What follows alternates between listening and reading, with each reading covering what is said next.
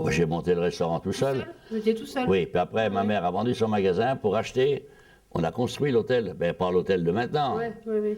On a tout fait. Comme employé, j'avais Charlemagne. C'est à Manouche, lui. Il travaillait chez moi. Donc lui, il faisait les crèmes caramel, la peinture, la menuiserie, les pommes dauphines. Il avait ce machin le matin, il avait son truc à faire. On était deux. Puis un plongeur qui était chauffeur sur les remorqueurs. Il n'allait pas être déclaré, on travaillait comme si, vous savez, les baraques qu'on a vues au Texas quand ils montent les Américains. Ben, ça s'est fait pareil. La cuisine, j'ai fait Claude Duriot. On a fait un toit, puis on a mis des chevrons. Puis on attendait Richet, qui était maçon, un copain, qui venait nous faire notre mur. On avait tout pris les briques, on faisait le ciment, puis montait les murs. Puis une fois que les murs étaient montés, on en tenait ce qui soutenait, puis on a fait tomber dessus. Comment ça s'est monté.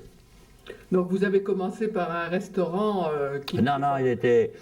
Je voulais pas faire le routier, ni le machin, moi, je voulais faire du beau travail. On était à 6 francs, les autres... Depuis le début, quoi. Oui, bon, c'était pas le même genre, on n'était pas 12 en cuisine, mais moi j'étais du métier, puis j'avais 27 ans, ça y allait. Hein. Mais je connaissais le métier, je travaillais depuis l'âge de 13 ans. En métier, j'avais 14 ans de métier. Celui qui montait ça sans être du métier, il avait beau se démerder comme il voulait, c'est plus comme aujourd'hui. Donc on faisait pas de nouvelle cuisine. Mais j'avais trouvé le matin, on faisait des ex-bacon, enfin des œufs au jambon, des œufs au lard. On les servait dans la poêle, on faisait les œufs à la crème, servis dans la poêle à crêpes.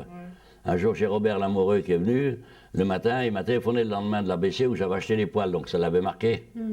J'avais toute une clientèle, j'étais un innovateur en conneries, c'est-à-dire, ça changeait. Donc petit à petit, vous avez pris des étoiles et vous êtes devenu... Oui, puis j'ai jamais été lèche-botte. Moi, je me rappelle, il y avait des grands bourgeois de la ville, ils venaient, ils apportaient leur vin avant d'aller à la messe.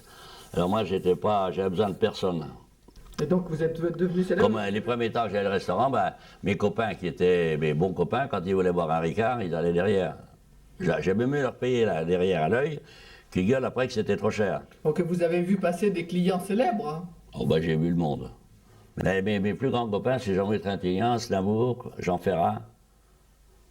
Il y a Arditi, il y a d'Auteuil qui sont venus. Ben, je ne dis pas Catherine Deneuve, c'est une copine de Catherine Deneuve, elle est venue, elle a mangé, mais elle restait quand même 3 heures, on a discuté, tout ça. Mais c'est une vie quand même bien remplie, hein? Une vie de boulot quand même. De boulot, oui, mais moi, j'ai jamais regardé quand je serai riche plus tard. Moi, être riche, que je serais riche aujourd'hui, qu'est-ce que je ferais de plus? Je ne peux pas avoir une Dom Pérignon pour ne pas se saouler. Qu'est-ce que c'est être riche?